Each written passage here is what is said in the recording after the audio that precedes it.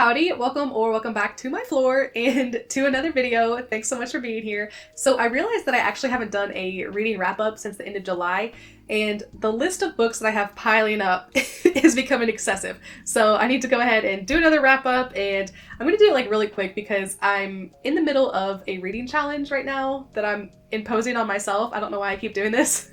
So I need to get back to reading. So these are just gonna be like really rapid fire.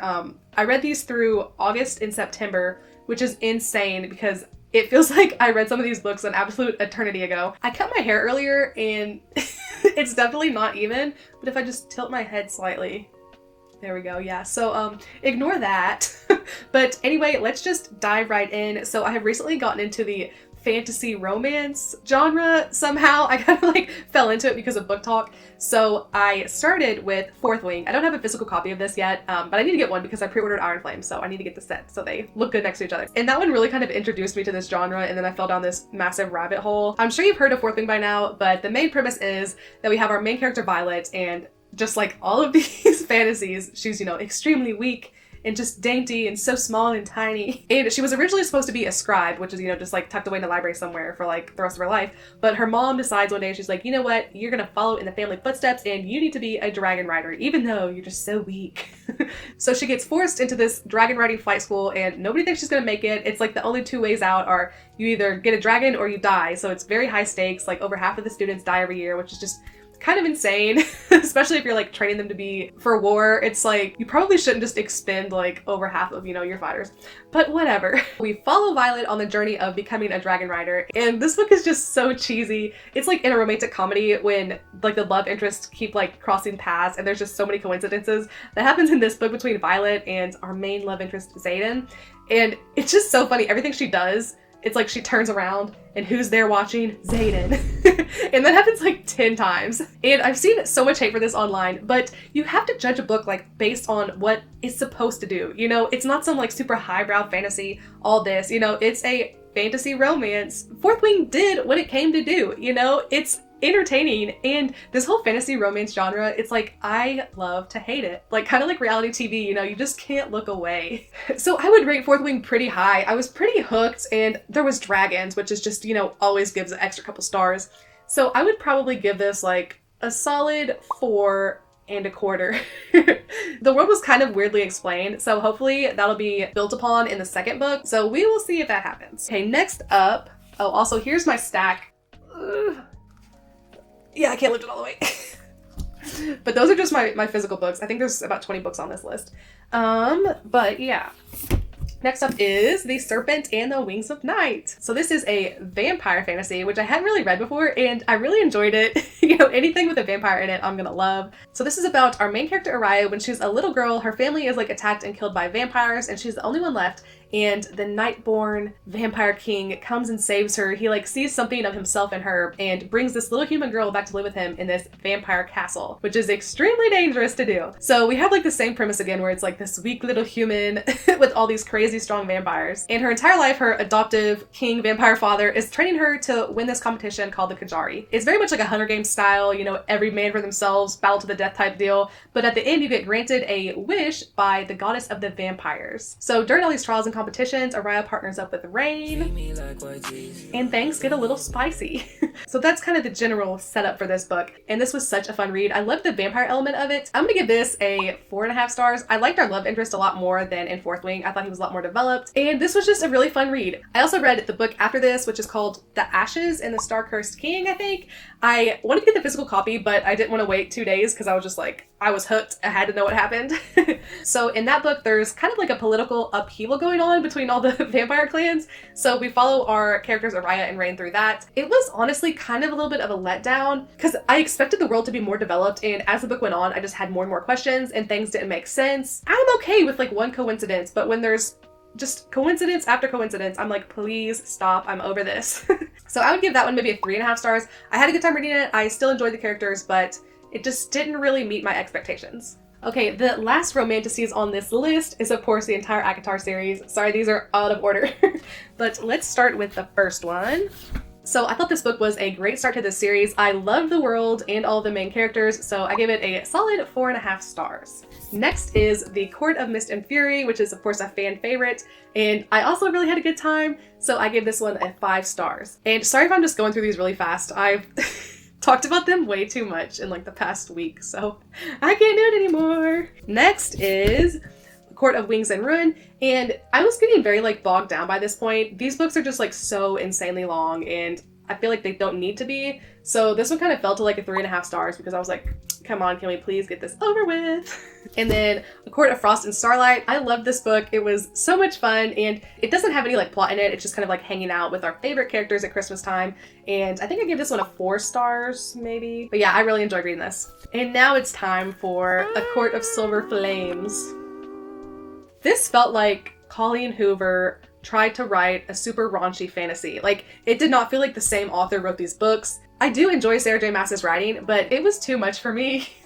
I think I gave this 2 stars, and I'm gonna stick with that. I know some people just like live and breathe for this book, but it was just not my cup of tea. Okay, so that wraps up those types of books. I got into Riley Sager recently, and I had such a good time. So this was actually the second book of his that I read in the past couple of months. This is a thriller about a girl whose entire family was murdered, and she was at the house that night. And there's a ton of rumors in the town, you know, everybody thinks she did it and they're all scared of her. And it's like she is like the ghost story that everybody tells, you know, to the little kids in town. I loved the setting for this book. It's set in this huge mansion. You can kind of see on here on top of this cliffside that's like overhanging the ocean. And every day, like, pieces of the cliff just like keep falling into the ocean, and the house upstairs is like tilted over the water, and it was honestly my favorite part of the story. I loved the first like 3/4 of this book, but I did not like the ending. It just seemed so implausible to me, and there was like a lot of loose ends and weird stuff. It's like, how was this not solved 40 years ago? I'm gonna give this one a 3.5 stars. I love the writing and I would definitely still recommend it. I just didn't care for the ending that much. Which leads me to his next book I read, which is Home Before Dark, and that was my first ever Riley Sager, and that book was so good. It was so much fun. It was like total haunted house, scary movie vibes. I think my sister has that copy of my book, so I don't have it right now. The setup for this book was really cool. It was split into like 2 parts, which was like present day for our main character, and then also the book that her father wrote about their time in this haunted house when she was a little girl. So we switched back to like 20 or 25 years ago, and the father wrote this book about their experience in the haunted house and all of this crazy stuff that happened, and it was pretty spooky, I'm not gonna lie. I was kind of scared reading it at night. I had to like keep my light on. But it's probably not that scary to normal people, just me. I loved the dad's chapters so much, and it just kept me so engaged, you know, wanting to see what was going to happen in the present day. So I read that so fast in like 2 sittings. To me, the ending was a little bit of a reach, but I feel like that's every thriller, or else you can just like guess what's going to happen, and the author doesn't want you to do that. So they kind of have to do a little, you know, out there ending. I'm gonna give this one a 4.5 stars. I would definitely recommend it. It would be so much fun to read near Halloween. Next up is The Bookshop on the Corner, and this is kind of just like a general fiction romance. I don't know if I would classify it full on as a romance, but we follow our main character, Nina, who loses her job as a librarian because, you know, like the libraries are all going out of business. Nobody wants to read anymore. She decides to take all these books that they're getting rid of, and the library's just making them like all digital access and stuff. So she takes all of these like hundreds of books that they're getting rid of, and she decides to move into the countryside and get this van that she converts into like a mobile library. So we follow her on that journey, and she ends up having a very grumpy landlord. And some stuff goes on, and this is just such a cute book. I feel like it would be a pretty good fall book too. It's got like the quiet countryside, rainy vibes to it. This is like very much like a fun Hallmark movie, you know, very low stakes. And okay, listen to her other books. I have to get these books. So her other books are Christmas at the Cupcake Cafe. Are you joking? I have to get that and read it for Christmas. Little Beach Street Bakery, and Meet Me at the Cupcake Cafe. Oh my gosh, those just sound so cute. So I'm gonna give this one a solid 4 stars. Next up is The Inheritance Games. I finally got to this. I've been wanting to read it for a while. So in this book, we follow our main character, Avery, I think is her name. She's in high school, and she has a really bad home life. She's living with her sister who has this like abusive boyfriend, and she's kind of living in her car at the moment when all of a sudden she finds out that she has inherited billions and billions and billions of dollars, and she has no idea why. So one of the stipulations in the will is that she has to live with this billionaire's family for 1 year before she can actually receive the inheritance. So she moves in, and there's all kinds of secret passages and riddles and mysteries in this house, and she's kind of slowly piecing together how the heck this billionaire knew her and why he gave her this money. This was a really fun middle grade. The only thing I didn't like is how they happened upon all of these clues, which I don't really like, because imagine if you're leaving your inheritance to someone, you don't want them to just like possibly happen upon the clues. You know, you want them to definitely get these clues. And I also guessed like the big twist at the end, like from like the first 20 pages, I was like, okay. Like once I found out what happened, I'm like, yeah, that's what it's gonna be. But this is a middle grade, so I can't come at it like so serious. But I think I would give this a 3 out of 5 stars. I don't know if I'm gonna read the next books in the series. I might look at the reviews and see what people think and kind of go from there. Okay, I need to go through these faster. I'm gonna be here like all night. But the next book I read was 1,000 Splendid Suns. And oh my gosh, that was quite an emotional book. It was very dark. This was written by the same author as The Kite Runner, so it's kind of along that same premise. It's set in Afghanistan during the 90s. So we follow 2 main women protagonists during that time, and our main character is like forced into this marriage at a very young age, and her husband is very abusive, and oh my gosh, I have never hated a character more than I hate this guy in this book. He is absolutely awful. Definitely check the trigger warnings for this book though, because it gets pretty abusive. Even though this book is very bleak and dark, the ending is full of hope, and overall this is just such an impactful novel and I would highly recommend it. So I'm gonna give this one a 5 out of 5 stars. So next up is Dr. Jekyll and Mr. Hyde. This is very much like a Frankenstein-y type book. So we follow Dr. Jekyll, who is like this mad scientist genius guy, and his very weird and strange friend, Mr. Hyde, and we're trying to figure out how they're connected and how they're friends. And there's kind of like a huge twist at the end. So this is very short, and I think it would be a good read for October. It's creepy and it's weird, and I think it's a really good classic. I'm gonna give this one a 4 out of 5 stars. Next up is a new favorite, The Secret Garden. This book, I had such a good time reading it. It's so much like Anne of Green Gables, Jane Eyre, Emily of New Moon type vibes. It's very wholesome. It just makes your heart feel good. So this is about a little girl whose entire family died of cholera, and she is not very pleasant to be around. Nobody really likes her. And she goes to live with her uncle, whose wife recently passed away. And his wife had this garden, and when she passed away, he locked away this garden and, you know, just let it get way overgrown and wouldn't let anybody go in there. So the little girl is trying to find this secret garden, and we follow her adventures along the way, and we just really get to see her character grow and become a completely different person. I love this. I'm gonna give it a 5 out of 5 stars. Next up is Interview with a Vampire, and this is about a vampire, obviously, named Lewis, and he's giving this interview to this young kid about his entire life. He was born back in the 1700s, so he kind of goes through everything that's happened since then and how awful it is to be a vampire. It's not very much like a plot-driven book. Like, a lot of stuff does happen in his life, so it's engaging in that aspect, but it's a lot more like psychological and the torment of living forever and also having to take life just so that you can live. So I wasn't really expecting that when I went into it. I don't know why. I thought it was gonna be like a super spicy like Vampire Diaries type book, but I still had a really good time, and I'm gonna give this a 4 out of 5 stars. Next up is The October Country by Bradbury. There's all kinds of different stories in this. You have like a psychological horror and real horror. So you get a good mix of everything in this. I would definitely recommend it to read this October, and just in general, any Ray Bradbury book. He has like a million different scary stories to choose from. And one thing I like about Bradbury is his books are all usually pretty short, which is nice. You don't have to trudge through 600 pages. So yeah, I would give this one a 4 out of 5 stars. So next up is A Thief of Time, and this is about a missing anthropologist. And I think it's really cool. She's like tracking pottery through like the Anasazi tribe that existed thousands of years ago out in Western America. So I like that we have like the mystery of her disappearance, but also the mystery of the pottery and how the tribe moved, and kind of like piecing together that history as well. I believe Tony Hillerman has a ton of mystery novels following the same main characters, policeman Lieutenant Leaphorn and Officer Jim Chee. And I was definitely engaged the whole time reading this. I did think the ending was very predictable though, but it was overall still a solid mystery. So I'm gonna give this like a 3.5 stars maybe.